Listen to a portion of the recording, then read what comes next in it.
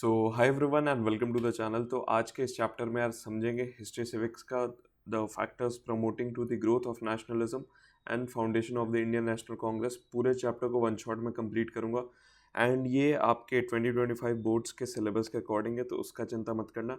और कम से कम टाइम में ये पूरे चैप्टर को मैं यहाँ पे कंप्लीट कर रहा हूँ। सो अगर आप यार चाहते हो अपना पूरा सब्जेक्ट कम टाइम में कंप्लीट करना, then you can purchase our e book bundle which will cost you just ₹99, जहाँ पे तुम्हें 3 ई बुक्स मिलेंगे for history civics for your ICSE 2025 boards, जिसमें पहला ई बुक या स्मार्ट नोट्स है। पूरे सब्जेक्ट को हमने बहुत ही कम पेजेस में कंप्लीट कर लिया है। And most important question banks, जहाँ पे तुम्हें MCQ as well as subjective दोनों फॉर्मेट के जो मोस्ट इंपॉर्टेंट क्वेश्चन है आपके बोर्ड एग्जाम्स के लिए वो इंक्लूडेड है। Then mind maps quick revision के लिए यार तुरंत से रिवाइज करना है कोई भी चैप्टर, तो उसके लिए माइंड मैप्स दिए गए हैं। एंड इस चैप्टर के बहुत सारे फ्री मटेरियल्स भी आपको मिल जाएंगे, उसका लिंक डिस्क्रिप्शन में। डायरेक्ट ऐप पे जाओ, ऐप इंस्टॉल करो और वहाँ पे यार इस चैप्टर के जो भी PYQs हो गए, MCQs हो गए और 1 पेज नोट्स आपको फ्री ऑफ कॉस्ट मिल जाएंगे। सो हर एक चीज़ का लिंक यार डिस्क्रिप्शन में मिल जाएगा, वहाँ से जाके तुम देख सकते हो। ठीक है, तो चलो अब चैप्टर स्टार्ट करते हैं। सो बेसिकली नेशनलिज्म से मतलब हमारा क्या होता है यार? नेशनलिज्म बेसिकली वो हो गया जैसे आप और मैं same culture, same identity, same हम एक रीजन को शेयर करते हैं, तो एक अपने देश से एक प्यार वाली भावना होने लगती है, अपने जो ज़मीन से प्यार वाली भावना होने लगती है, उसे ही बेसिकली नेशनलिज्म बोलते हैं। जैसे आप देखते हो अभी ओलंपिक्स का टाइम है, ओलंपिक्स अभी चल रहे थे। सो कोई भी टीम, जैसे हमारी इंडिया जहाँ जहाँ जीत रही थी हमें बहुत ज़्यादा खुशी हो रही थी, जहाँ जहाँ गोल्ड मेडल, सिल्वर मेडल जो भी आ रहा था तो बहुत ज़्यादा खुशी हो रही थी, और किसी स्पोर्ट्स में नहीं जीत पा रहे थे तो सब एक साथ निराश थे। सो बेसिकली नेशनलिज्म वही हो गया। सो वही लिखा है, nationalism refers to the sense of collective identity and pride in one's nation. In India nationalism began to take root in 19th century। अब देखो नेशनलिज्म धीरे धीरे इंडिया में कब आने लगा? आफ्टर दी 1857 जो फर्स्ट वॉर ऑफ इंडिपेंडेंस हुआ था। अगर वो लेक्चर आपने नहीं देखा है तो उसका लिंक आपको डिस्क्रिप्शन में मिल जाएगा, वहाँ से देख सकते हो। सो हमने देखा था कि भले ही 1857 में हम आज़ाद नहीं हो पाए थे, बट वो बहुत सारे जैसे नेशनलिज्म का भाव सबके मन में एक वो जागरूक कर दिया था कि सबको अब अपने देश से प्यार होने लगा था और ब्रिटिश के खिलाफ नफरत पैदा होने लगी थी। तो और भी बहुत सारे कलेक्टिव रीजंस थे नेशनलिज्म प्रमोट होने के लिए, तो उन रीजंस को हम समझते हैं। तो सबसे पहले economic exploitation by the British government. तो जो ब्रिटिश थी ना यार, इंडिया को उन्होंने बिल्कुल एक तरीके से गरीब कर दिया था, जिसे सोने की चिड़िया कहा जाता था हमारे इंडिया को, उसको ब्रिटिश ने पूरा गरीब कर दिया था। The British economic policies in India were exploitative, aimed at enriching Britain at the expense of Indian welfare. This led to widespread discontent and poverty. जैसा मैंने बताया, इन्होंने पूरे इंडिया को क्या बोलते हैं, गरीब कर दिया था एकदम। इंट्रोडक्शन टू दी, तो यहाँ पे हम समझेंगे यार कि ब्रिटिश इकोनॉमिक एक्सप्लॉयटेशन कैसे किस किस तरीके से इन्होंने किया था। सबसे पहले समझते हैं डी इंडस्ट्रियलाइजेशन इन इंडिया। जो भी हमारे यार क्राफ्ट्समैन थे, हैंडीक्राफ्ट्स, आपको पता है इंडिया में हैंडीक्राफ्ट्स कितने फेमस है आज के डेट में भी। उस इंडस्ट्री को बिल्कुल इन्होंने ख़त्म कर दिया था। The British destroys India's traditional industries, specially textiles, by imposing heavy duties on Indian goods and flooding the market with British products। जैसा हमने फर्स्ट वॉर ऑफ इंडिपेंडेंस में भी पढ़ा था कि इंडियन टेक्सटाइल से ये क्या करते थे, इंडिया से यहाँ पे रॉ मटेरियल उठाते थे, अपने इंग्लैंड पहुँचाते थे, उसे मैन्युफैक्चर करके यहाँ पे फिर यहीं पे बेचते थे, और फिर जो भी इम्पोर्ट होता था उस पर बहुत हैवी टैक्स ड्यूटीज इन्होंने लगा दिया था इंडियंस के लिए, इंडियंस क्राफ्ट्समैन और आर्टिशियंस जो थे। इसलिए पूरा ये इंडस्ट्री धीरे धीरे खत्म हो रहा था, जिस वजह से लोगों को अब नफरत जाग रही थी कि ब्रिटिश के खिलाफ हमें इन्हें हटाना है अपने देश से। एक भाई नफरत होने लगा था। ठीक है, basically it led to the decline of the Indian handloom industry, impact on the artisans and craftsmen. ठीक है, अब ड्रेन ऑफ वेल्थ, जैसे दादा भाई नौरोजी जी ने एक थ्योरी लिखी थी, तो उन्होंने जहाँ पे एक्सप्लेन किया था कि कैसे इंडिया का वेल्थ को पूरा ड्रेन किया जा रहा था, इंडिया से रिसोर्सेज बेसिकली रेंडर करके अपने इंग्लैंड ब्रिटेन कैसे वो ले जा रहे थे और इंडिया को इकोनॉमिकली गरीब करते जा रहे थे, और systematically drain to Britain leading to economic improvements. Details, basically the concept of drain, how resources were transferred to Britain, evidence and example presented by the Naroji, impact on the Indian economy। I hope ये चीज़ clear हो गया होगा आपको। अगर आपको थोड़ा background noise आ रहा है तो वो प्लीज़ इग्नोर करना, ठीक है। तो लैंड रेवेन्यू सिस्टम्स नेक्स्ट जो था, और लैंड पे उन्होंने बहुत ज़्यादा हैवी टैक्सेशन कर दिया था। जैसे लैंड पे हैवी टैक्स हो गया था, और फिर जो हमारे फार्मर्स थे उन्हें एक तरीके से लगान, जैसे हिंदी में कहते हैं, उन्हें हमेशा हर साल लगान के रूप में अपने जो भी क्रॉप्स होते थे या पैसों के फॉर्मेट में, तो वो उन्हें देना पड़ता था। कभी कभी तो वो इतने भी केपेबल नहीं होते थे चुकाने का, तो उन्हें फिर लोन लेना पड़ता था, जिस वजह से हमारे जो फार्मर्स थे बेसिकली पूरे ख़त्म हो गए थे, उनको बर्बाद कर दिया गया था। The British introduced land revenue systems like the zamindari and rotwari, which heavily taxed farmers and led to widespread poverty and landiness. ठीक है। Detailed zamindari system, how it worked and its impact on farmers, basically वही था कि ज़मीन वगैरह पे बहुत ज़्यादा, जो लैंड पे था बहुत ज़्यादा हैवी टैक्सेशन इन्होंने लगा दिया था, और फार्मर्स पे भी फिर बहुत ज़्यादा इन्हें फार्मर्स को पे करना होता था ब्रिटिश गवर्नमेंट को हर साल, ठीक है। जिस वजह से ज़मींदार थे, फार्मर्स थे, इनके मन में भी बहुत ज़्यादा आक्रोश जगने लगा था। Then the repressive colonial policies. The British employed various repressive measures to maintain control over India, which fueled the growth of nationalist sentiments.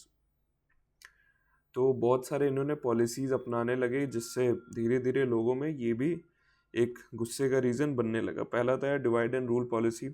जैसा मैंने बताया था कि ब्रिटिश ने क्या किया, ब्रिटिश समझ गए थे कि जब इंडियंस अगर यूनाइट हो गए एक साथ हैं तो वो उन्हें आराम से हटा सकते हैं, ब्रिटिश को इंडिया से हटा सकते हैं। तो उन्होंने क्या करने लगा, उन्होंने हमें ही आपस में बांटने लगे हिंदू और मुस्लिम के बेसिस पे। Discord between different communities particularly Hindus and Muslims to weaken the Indian unity. वो समझ गए थे कि यार इंडियंस अगर एक साथ यूनाइट हो गए तो ब्रिटिश का तो पत्ता साफ हो जाएगा यार इंडिया से। इसलिए उन्होंने क्या करने लगा, उन्होंने हमें डिवाइड एंड रूल पॉलिसी के बेसिस पे इंडियंस को हिंदू मुस्लिम में लड़ाने लगे, जिस वजह से वो यूनाइट हो ही नहीं पाते थे, ठीक है। सो एक कम्युनिटी का यार यूज़ करके दूसरे कम्युनिटी के खिलाफ भड़काते थे, और यही ये वो करते थे, और आज तक ये होते आया है। तो ब्रिटिश ने ही बेसिकली स्टार्ट किया था divide and rule policy. Then restrictive of legislation. The British government enacted laws to suppress Indian voices and prevent armed resistance.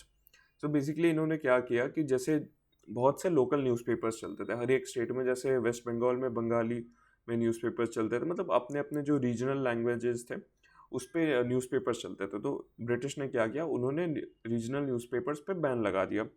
एक वर्निकुलर प्रेस एक्ट इन्होंने इंट्रोड्यूस किया था, जिसमें बहुत सारे इंडियन प्रेस पे इन्होंने रिस्ट्रिक्शन लगा दिया और बैन कर दिया वैसे न्यूज़पेपर्स को जो ब्रिटिश गवर्नमेंट के खिलाफ कुछ भी प्रिंट करते थे या लोगों को जागरूक करते थे या इनके खिलाफ, इनके गवर्नमेंट के खिलाफ की कमियां निकालते थे। सो बेसिकली जो भी ब्रिटिश गवर्नमेंट के खिलाफ जाता था इंडियन प्रेस, उसको ये बैन कर देते थे। वही था वर्निकुलर प्रेस एक्ट। फिर इन्होंने इंट्रोड्यूस किया था arms act. Arms act basically क्या था, कोई भी इंडियन को अगर वेपन रखना है तो उसके लिए उसे लाइसेंस चाहिए होगा, जो वो भी बहुत मुश्किल होता था। और वही खुद इनके लिए, ब्रिटिश के लिए ये रूल अप्लाई नहीं था, ये गन्स आराम से रख सकते थे, और इंडियंस को अगर कोई भी वेपन्स रखना है तो उसे लाइसेंस की ज़रूरत थी, ठीक है। देन नेक्स्ट था यार रेशियल डिस्क्रिमिनेशन। जैसे मैंने बताया ये इंडियंस को बहुत ही इन्फीरियर नज़रों से देखते थे। Indians were treated as second class citizens in their own country, leading to widespread anger and a desire for equality. हम इंडियंस को लगने लगा यार कि हमारा ही देश है, हमारा ही ज़मीन है, हमारे ऊपर तुम रूल करके यार हमें ही नीच नज़रों से देख रहे हो, हमें हमारी ही इज्जत नहीं करते हो। तो वो चीज़ भी हमें हमारे मन में गुस्से की तरह होने लगा था कि कैसे भी करके अब ब्रिटिश को हमें हटाना है यहाँ से, ठीक है। बेसिकली रेशियल डिस्क्रिमिनेशन ये लोग करते थे। अब नेक्स्ट है सोशियो रिलीजियस रिफॉर्म्स। बहुत सारे सोशियो रिलीजियस रिफॉर्मर्स थे, जैसे आपके सिलेबस में दो हैं, राजा राम मोहन राय और ज्योतिबा फुले। तो इनके बारे में हमें पढ़ना है। ये सोशियो रिलीजियस रिफॉर्मर्स का भी बहुत बड़ा रोल था नेशनलिज्म को प्रमोट करने में, ठीक है।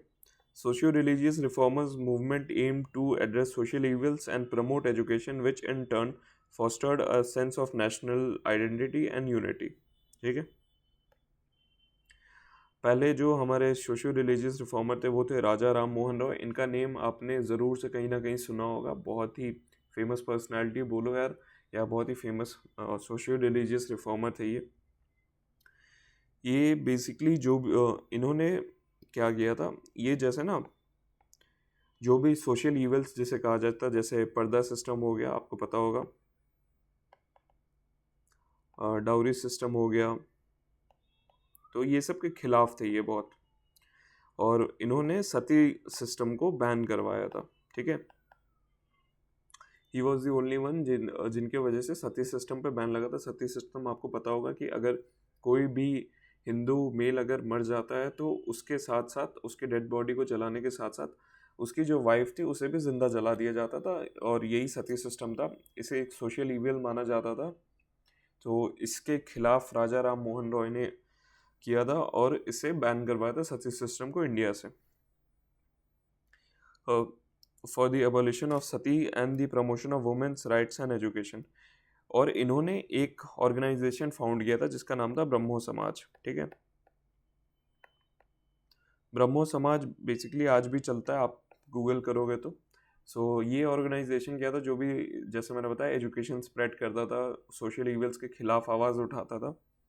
And Raja Ram Mohan Roy was the one who abolished Sati and promoted widow remarriage act.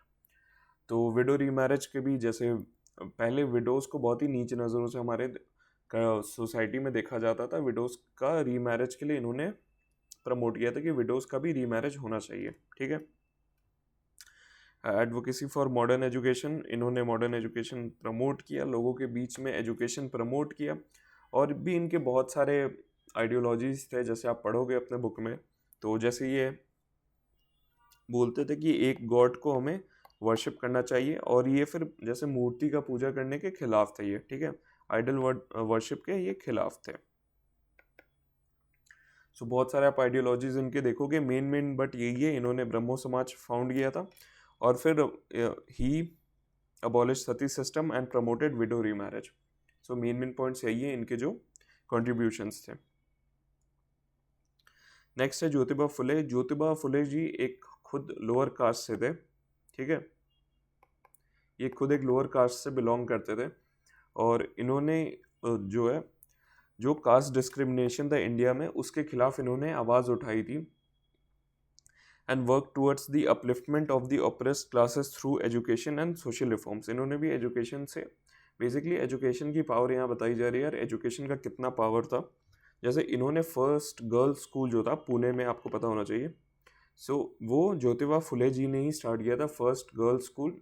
और बहुत सारे जैसे लोअर कास्ट के लिए भी ये स्कूल्स बनाते थे, उन्हें प्रमोट करते थे कि लोअर कास्ट को जागरूक करते थे कि आप पढ़ाई करो, क्योंकि एजुकेशन से आप जानते हो भीमराव अंबेडकर जी को भी किस तरीके से उन्होंने भी एजुकेशन को प्रमोट किया था, वैसे ही ज्योतिबा फुले जी भी एजुकेशन को प्रमोट करते थे, खासकर लोअर कास्ट लोगों को, ठीक है। Founding of the Satyashodhak Samaj, advocacy for the rights of lower caste and women empowerment पे भी इन्होंने बहुत ज़्यादा बोला था, क्योंकि इनका था कि अगर सोसाइटी को हमें आगे बढ़ाना है तो वुमेन एजुकेशन भी बहुत ज़्यादा ज़रूरी है, जिसको इन्होंने बहुत ज़्यादा प्रमोट किया था। जैसे मैंने बताया, फर्स्ट जो गर्ल्स स्कूल था इन्होंने पुणे में फाउंड किया था। Efforts in promoting education among the oppressed. यही दो लोग थे जो आपके सिलेबस में सोशियो रिलीजियस रिफॉर्मर्स में, इनके कॉन्ट्रीब्यूशंस आपको याद होने चाहिए क्योंकि एग्जाम में ये इंपॉर्टेंट होते हैं, ठीक है। अब प्रेस और इंडियन लिटरेचर का भी बहुत बड़ा रोल था, जैसे मैंने बताया। The Indian press played a vital role in the spreading nationalist ideas, raising awareness and uniting the masses against British rule. ये जो भी ब्रिटिश का अन्याय रहता था, ब्रिटिश की कमियां रहती थी, वो इंडियन प्रेस उसको प्रमोट करते थे, इंडियन प्रेस उसको फैलाती थी, जिस वजह से हमारे में नेशनलिज्म बढ़ने लगा, ठीक है। बहुत सारे न्यूज़पेपर्स थे उस वक्त, जैसे द हिंदू हो गया, केसरी हो गया। केसरी आपको पता होना चाहिए, गंगाधर तिलक जी का ये न्यूज़पेपर था। अमृता बाजार पत्रिका, फिर टाइम्स ऑफ इंडिया भी हो गया। ये सब बहुत सारे आप जैसे न्यूज़पेपर्स देखोगे आज के डेट में भी है। ये न्यूज़पेपर्स बहुत बड़ा रोल प्ले किए थे नेशनलिज्म को प्रमोट करने में। ये बेसिकली ओवर द वर्ल्ड की भी बहुत सारी चीज़ें क्या चल रही है, जैसे फ्रेंच रेवोल्यूशन क्या चल रहा है, तो सारी चीज़ें ये अपने न्यूज़पेपर्स में इंक्लूड करते थे। ब्रिटिश गवर्नमेंट में क्या कमियां हैं, हमें ब्रिटिश गवर्नमेंट के खिलाफ चीज़ें बताती थी कि क्यों हमें ज़रूरी है और इन्हें हटाना अपने देश से। तो बेसिकली नेशनलिज्म का एक भाव हम में जगने लगा था न्यूज़पेपर्स के रोल की वजह से। तो न्यूज़पेपर्स और इंडियन लिटरेचर का बहुत बड़ा रोल था नेशनलिज्म को प्रमोट करने में। ठीक है।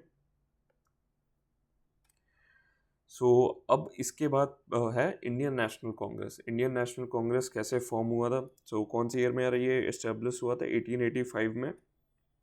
इसके फाउंडर थे AO Hume. He was a British civil servant instrumental in founding the INC to provide a platform for educated Indians. और फिर बहुत सारे इसमें अर्ली इंडियन लीडर्स भी इंक्लूडेड थे, जैसे Dadabhai Naoroji, VC Banerjee and Surendranath Banerjee. अब इंडियन नेशनल कांग्रेस फॉर्म क्यों किया गया था, इसके ऑब्जेक्टिव्स क्या थे? बेसिकली ये ऑर्गेनाइजेशन फॉर्म किया गया था इंडियंस के इश्यूज़ को, इंडियंस के प्रॉब्लम्स को सुनने के लिए और उस पर पॉलिटिकल रिफॉर्म्स जो भी है वो लागू करने के लिए फ्रॉम द ब्रिटिश गवर्नमेंट। ठीक है। इनका ऑब्जेक्टिव यही था कि हम मेरा आपका इंडियंस के जो भी प्रॉब्लम्स थे, इश्यूज थे, उसको सुना जाए और उस पर पॉलिटिकल रिफॉर्म्स जो भी हो गए ब्रिटिश गवर्नमेंट से हमें चाहिए थे। ठीक है।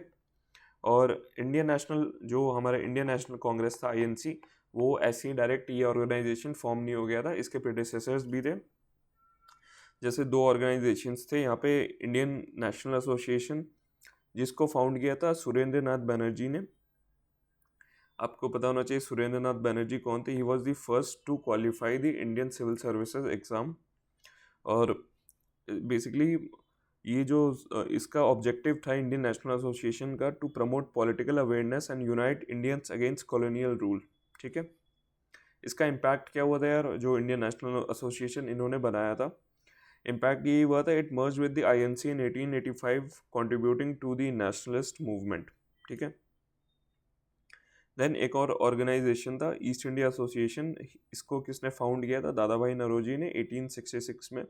इसका ऑब्जेक्टिव था to discuss Indian issues and highlighting economic exploitation by the British. जो भी इंडियंस के इशू थे और इकोनॉमिक एक्सप्लॉयटेशन किस तरीके से ब्रिटिश कर रहा था, उसको हाईलाइट करने के लिए ये ऑर्गेनाइजेशन फॉर्म किया गया था। इसका इम्पैक्ट क्या हुआ था हमारे बीच?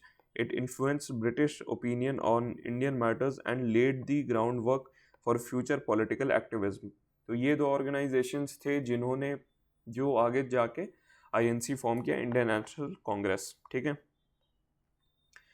अब क्या बहुत सारे सेशंस हुए थे आईएनसीज के ऑल ओवर द इंडिया, और फिर उसके कुछ ऑब्जेक्टिव्स भी हम समझते हैं। पहला जो सेशन हुआ था वो बॉम्बे में हुआ था 1885 में आईएनसी का, जिसके प्रेसिडेंट थे वीसी बनर्जी।